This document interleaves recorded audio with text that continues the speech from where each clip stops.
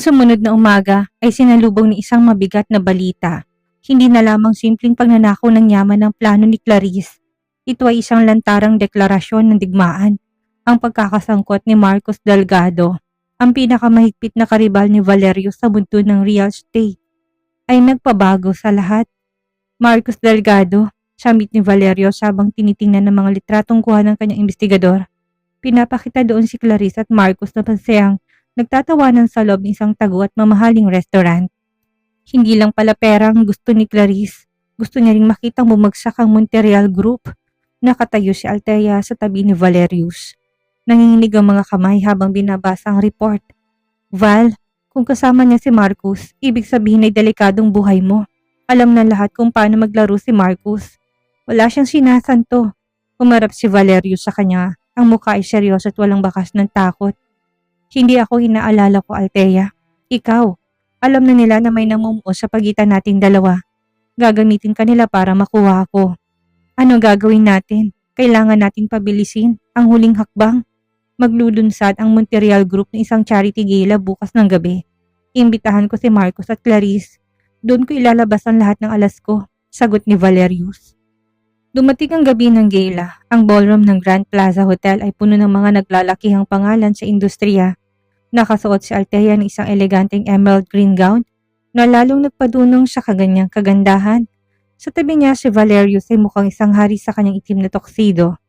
Keep your head high, Althea. You are the woman of this house now. Bulong ni Valerius bago sila pumasok. Sa gitna ng kasiyahan, lumapit si Clarice na kasama si Marcos. Nakasuot si Clarice ng pulang gown, tila isang apoy na handang manunog. Val, darling! Napakaganda naman ng gabing ito. Masayang bati ni Clarice sabay tingin kay Althea nang may mapang-uyam ng ngiti. And, Althea, look at you! Para ka isang tunay na donya. Masyado mo na yatang dinidibdib ang pagpapanggap natin. Clarice, Marcos, I'm glad you could make it. Malamig na tugon ni Valerius. Ngumisi si Marcos Delgado. Valerius, narinig kong tungkol sa bago mo project. Mukhang magandang investment mo ngayon. Siguraduhin mo lang na hindi ka malulugi sa huli. Huwag ka mag-alala, Marcos. Alam ko kung kailan dapat mag-pull out at kung kailan dapat itaya ang lahat. Matalinghagang sagot ni Valerius. Habang nagpapatuloy ang programa, nakaramdam si Althea ng pagkahilo. Nagpaalam siya kay Valerius para pumunta sa restroom. Ngunit bago pa siya makarating doon, hinarang siya ni Clarice sa isang madilim na hallway. Akala mo ba hindi ko alam ang ginagawa niyo? Bulyaw ni Clarice, wala nang kanyang matamis na maskara. Nakita ko kayo sa garden. Narinig ko mga plano niyo. Akala niyo ba ganun ako kadaling talunin? Clarice, itigil na natin to. Alam ni Valerius ang lahat. Alam niya hindi ka baog at ginagamit mo lang siya. Matapang na sagot ni Althea. Tumawa na nakakilabot si Clarice. Alam niya? O baka naman mas gusto niyang paniwalaan ang kasinungaling ang gusto mo? Althea, tandaan mo ito. Ang batang yan ang magiging katapusan mo. Biglang lumitaw ang dalawang lalaki nakasuot sa likod ni Clarice. Bago pa makasigaw si Althea, tinakpan na ng isa niyang kanyang bibig. Dali niya siya sa sakyan, utos ni Clarice. Marcos is waiting. Tonight, we end the Monterreal legacy. Habang pilit na nalalabas si Althea, isang aninong mabilis na kumilos mula sa gilid. Isang putok ng baril sa hangin ang nagpahinto sa lahat. Bitawan niya siya, si Valerius. Hawak isang baril. Ang kanyang mga mata ay puno ng pumatay na galit. Hindi na siyang Ice King, siya ng executioner. Ang hallway ay nabalot na nakakabinging katahimikan matapos ang putok ng baril. Nanatiling nakatutok ang baril ni Valerius sa dalawang lalaking humahawak kay Althea. Ang kanyang anyo ay tila isang leon na handang pumatay para sa kanyang asawa. Sabi ko, bitawan niya siya, kulit ni Valerius. Ang boses niya ay mahinahon pero may dalang bagsik na humanig sa buong nasilid. Bahagyang napatras si Clarice, ang kanyang mukha ay namutla, ngunit nanatiling mapangahas. Val, huwag kang magpakabayani. Napapaligiran tayo ng mga tauhan ni Marcos. Isang kalabit mo lang. Hindi lang ikaw ang mamamatay, pati ang babae yan at ang dinadala niya. Mula sa dilim lumabas si Marcos Delgado na may hawak ding baril, nakangisi. Napakagandang palabas, Valerius. Sino mag-aakalang ang pinaka-logical na CEO sa bansa ay magpapakabaliw para sa isang sekretarya? Hindi siya sekretarya, Marcos. Siya ang asawa ko, matigas sa sagot ni Valerius. Asawa? Isang kontrata lang ang meron kayo. Sigaw ni Clarice na tila nawawala na sa katinuan. Ako ang asawa mo. Ako ang may karapatan sa lahat. Wala kang karapatan sa kahit na ano, Clarice, sabi ni Valerio sabang dahan-dahang humakbang pasulong. Kaninang hapon lang, inaprubahan na ng korte ang annulment natin base sa fraud at bigamy na ginawa mo sa ibang bansa. Permado na ng judge. Hindi ka na isang Monterial. Nalaki ang mga mata ni Clarice. Ano? Paano? Habang abala ka sa pakipagkuntsaba kay Marcus. Abala naman ako sa paglilinis ng dumi mo, dugtong ni Valerius. Sa isang mabilis na pagkakataon, habang naguguluhan ng lahat, siniko ni Althea ang tiyan ng lalaking humahawak sa kanya at mabilis na tumakbo patungo sa direksyon ni Valerius. Habulin siya, sigaw ni Marcus. Nagkaroon ng kaguluhan. Nagpalitan ng putok ang mga tauhan ni Valerius na kanina pa pala nakatago sa mga anino at mga tauhan ni Marcus. Hinila ni Valerius si Althea at pinaligiran sila ng kanyang mga elite security team. Dito ka lang sa likod ko, utos ni Valerius habang sumisilong sila sa likod ng isang malaking kolom ng hotel. Val, natatakot ako, bulong ni Althea, nanginginig ang buong katawan. Hinawakan ni Valerius ang kanyang muka, sandaling tinabi ang baril para yakapin siya. Makinig ka sa akin, Althea, hindi kita pababayaan. Tapos ng pagtatago, pagkatapos nito, magiging malaya na tayo. Ngunit sa gitna ng palitan ng putok, nakita ni Althea si Clarice na kumuha ng isang baril mula sa sahig. Nakatutok to ng diretso sa likod ni Valerius. Val, sa likod mo, tili ni Althea. Hindi na nag-isip ang dalaga, tumalon siya para harangan ng bala. Isang putok ang malingaw-ngaw. Althea, sigaw ni Valerius. Bumagsak si Althea sa bisig ni Valerius. Puti ang kanyang muka at may bahid na dugong kanyang emerald green gown. Sa kabilang banda, mabilis na nadakip ng mga pulis si Clarice at Marcus na kanina pa pala nakaantabi sa labas ng hotel bilang bahagi ng plano ni Valerius. No, Althea, gumising ka. Pagmamakaawa ni Valerius, ang kanyang boses ay puno ng pait na ngayon niya lang naramdaman sa buong buhay niya. Don't leave me. Please, Althea, mahal kita. Yun ang unang pagkakataon na binigkas ni Valerius sa mga salitang yon. Ngunit ang mga mata ni Althea ay dahan-dahan ng pumikit. Habang ang ingay ng mga sirena ng ambulansya ay papalapit sa kanila, ang puting pader ng hospital ay tila nagpapatindi sa lamig na nararamdaman ni Valerius. Nakaupo siya sa waiting area ng emergency room. Ang kanyang tuxedo ay may bahid pa rin ng tuyong dugo. Ang dugo ni Althea, ang bawat minutong lumilipas ay tila isang taon ng kanyang pakiramdam. Sir, kailangan niyo pong magpalit ng damit. Kami na pong bahala dito, sabi ng kanyang head of security. Ngunit hindi ito pinansin ni Valerius na natili siyang nakatulala sa kanyang mga kamay. Nanginginig. Sa loob ng maraming taon, inakala ni Valerius na kapangyarihan at pera ay sapat na para makontrol ang lahat. Ngunit sa harap ng pintuan ng operating room, naramdaman niya kung gaano siya kaliit. Hindi niya mabili ang buhay ni Althea. Hindi niya mautusan ng tadhana. Lord, kung naririnig mo ko, wag siya, bulong ni Valerius. Ako na lang. Kunin mo ng lahat sa akin, wag lang ang babaeng nagturo sa akin kung paano magmahal muli. Maya-maya'y lumabas ang doktor. Agad na tumayo si Valerius. Halos matumba sa pagmamadali. Dok, kamusta siya? Ang asawa ko. Huminga ng malalim ang doktor at tinanggal ang kanyang maskara. Matatag ang asawa niyo, Mr. Monterial. Ang balay tumama sa kanyang balikat. Mapalad siya dahil hindi nito tinamaan ang anumang vital organs. Pero dahil sa trauma at stress, nagkaroon kami ng konting komplikasyon sa kanyang pagdadalang tao. Tila tumigil ang paghinga ni Valerius. Anong ibig niya sabihin? She is pregnant, Mr. Monterial. 2 weeks. Ang procedure na ginawa niyo noong nakaraang linggo ay matagumpay. Pero sa ngayon, masela ng kanyang kondisyon.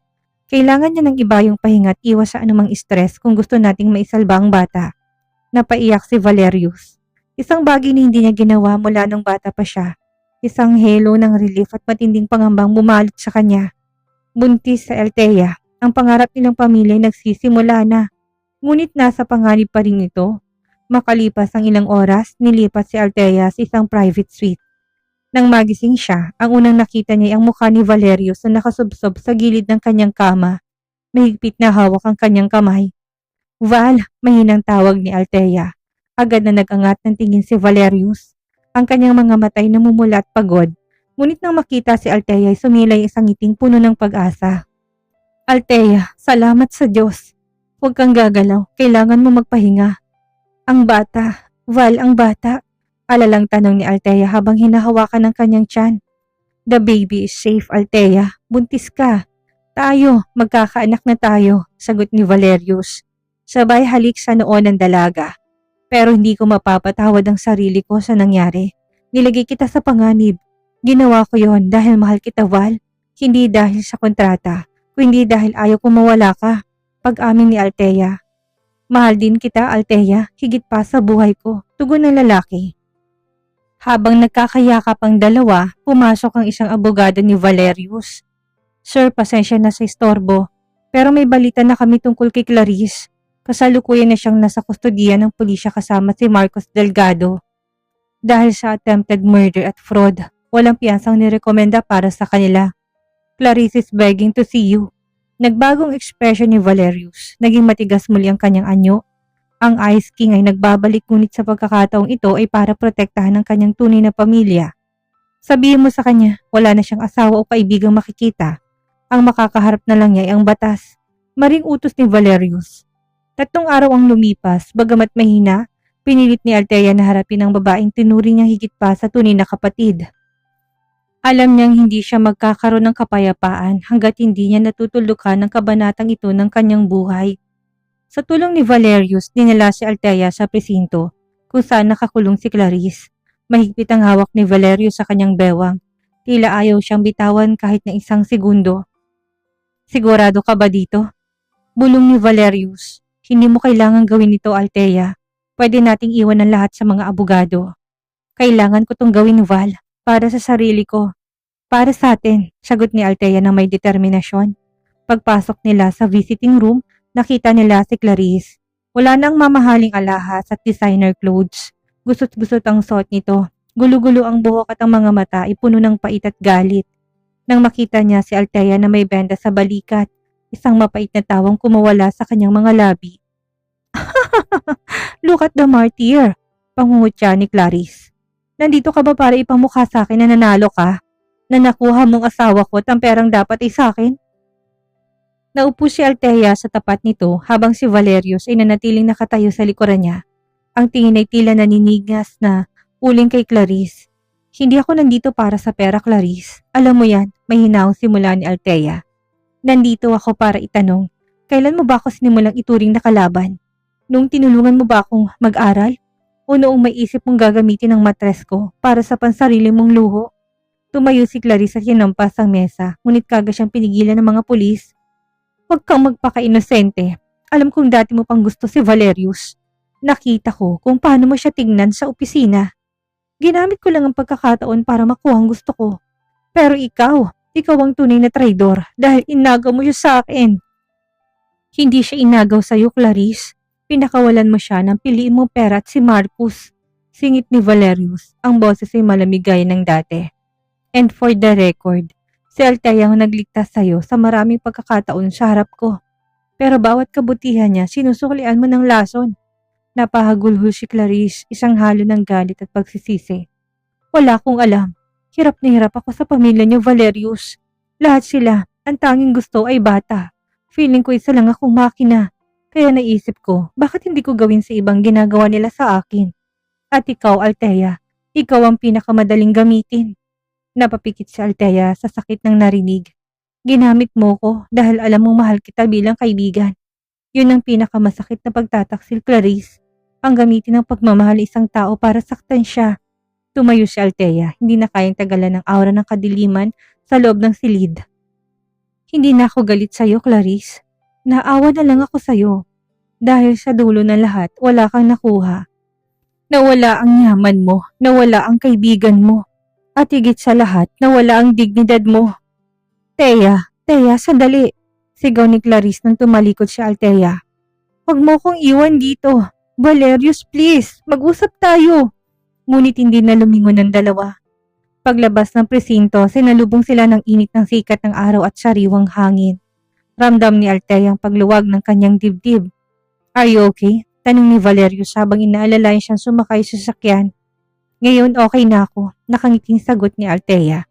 Tapos ng lahat, Val. Wala na tayong itatago. Hindi pa tapos ang lahat, Althea. Piling sagot ni Valerius habang hinawakan ng kamay. Nagsisimula pa lang tayo. At sa susunod na kabanata ng buhay natin, wala ng kontrata, Only a real wedding, a real home, and a real family. Ang mga linggong sumunod ay naging panahon ng paghilom. Hindi na bumalik si Althea sa kanyang maliit na apartment. Sa halip ginawa ni Valerius ang mansyon sa Tagaytay, na isang tunay na tahanan para sa kanila. Wala na mga nurse na nagmamanman o mga dokumentong kailangang pirmahan sa bawat galaw. Ang tanging naroroon ay ang pag-aalaga ni Valerius na kuminsan ay nauwi na sa pagiging overprotective. Valerius, kaya ko namang uminom ng tubig na mag-isa.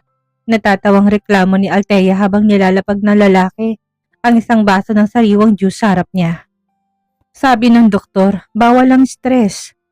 At ang pagtayo mo para kumuha ng tubig ay physical stress sa paningin ko. Seryosong sagot ni Valerius, bagamat may kislap ng biro sa kanyang mga mata. Naupo siya sa tabi ni Althea at marahang hinaplos ang tiyan nito na hindi pa man halatay tila sentro na ng kanyang mundo. Hindi ako gawa sa kristal, Val. Pero salamat, bulong ni Althea. Sinandal ang ulo sa balikat ng lalaki.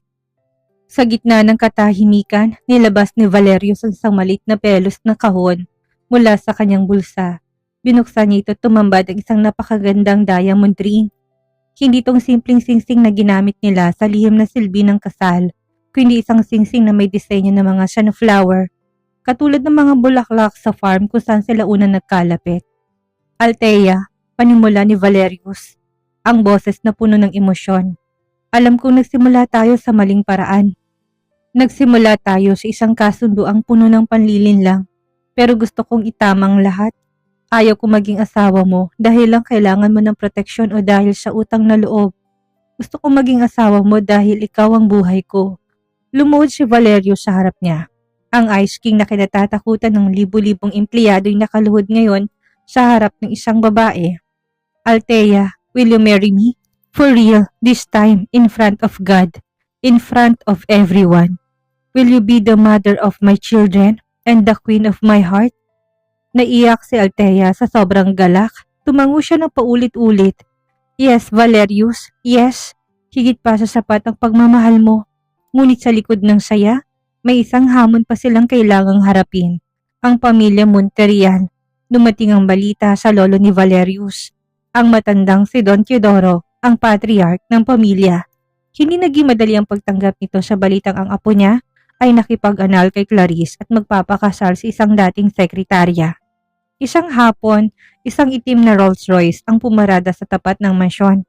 Lumabas ang isang matandang lalaki na may hawak na tungkod, ang mukha ay tila inukit sa bato. Lolo, bati ni Valerius. Tumayo sa harap ni Althea para protektahan ito. So, ito na palang babaeng dahilan kung bakit mo sinirang merger natin sa mga Delgado?